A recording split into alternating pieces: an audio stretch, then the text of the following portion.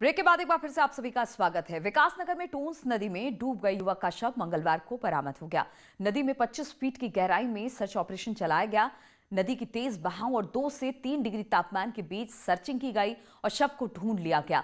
23 जनवरी को त्यूणी के पास 18 साल का लड़का नदी में डूब गया था और उसकी ही तलाश के लिए एसडीआरएफ की फ्लड टीम को बुलाया गया था।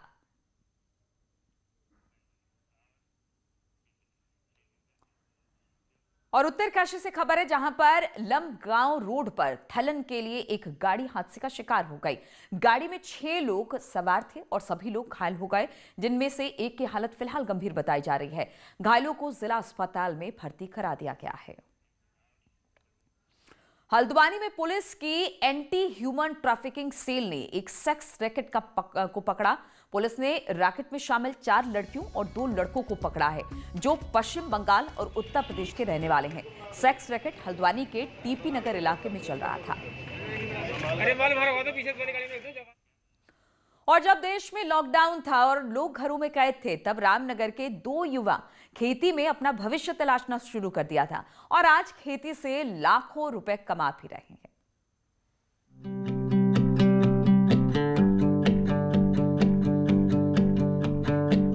कॉर्बेट के ढेला टूरिज्म जोन के पास लॉकडाउन में 2 युवकों ने अपने भविष्य को नई दिशा दी है। इनमें से एक युवा दिल्ली का और दूसरा स्थानीय है।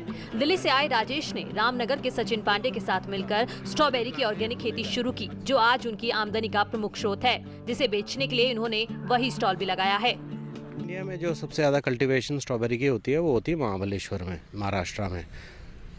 और बाकी इसका फ्रूट का टाइमिंग वही होता है, अक्टूबर में प्लांटेशन होती है, 45-60 डेज में फ्रूट आ जाता है और उसके बाद ये मार्च एंड तक चलता है।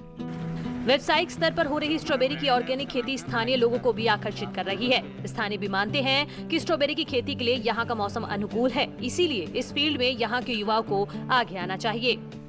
जिस तरह से स्ट्रॉबेरी का एक व्यावसायिक उत्पादन शुरू हुआ है, मेरी नज़र में जो हम देख रहे हैं यहाँ पर बहुत अच्छा उत्पादन हो रहा है। ये एक अच्छी शुरुआत है और कम से कम जो लोग खेती से जुड़े हुए हैं और नया कुछ करने की सोच रहे हैं, तो ये बहुत अनुकूल भी रहेगा। और जैसा कि हमारी जानकारी भी है कि यहाँ का मौसम स्ट्रॉबेरी के बहुत अनुकूल है। स्ट्रॉबेरी फल अब रामनगर में अपनी मिठास बिखेर रहा है। दिल्ली के राजेश के बागवानी के शौक ने उन्हें लॉकडाउन में जो अवसर दिया, उसका फायदा उठाकर उन्होंने एक नजीर बनाने का काम किया है।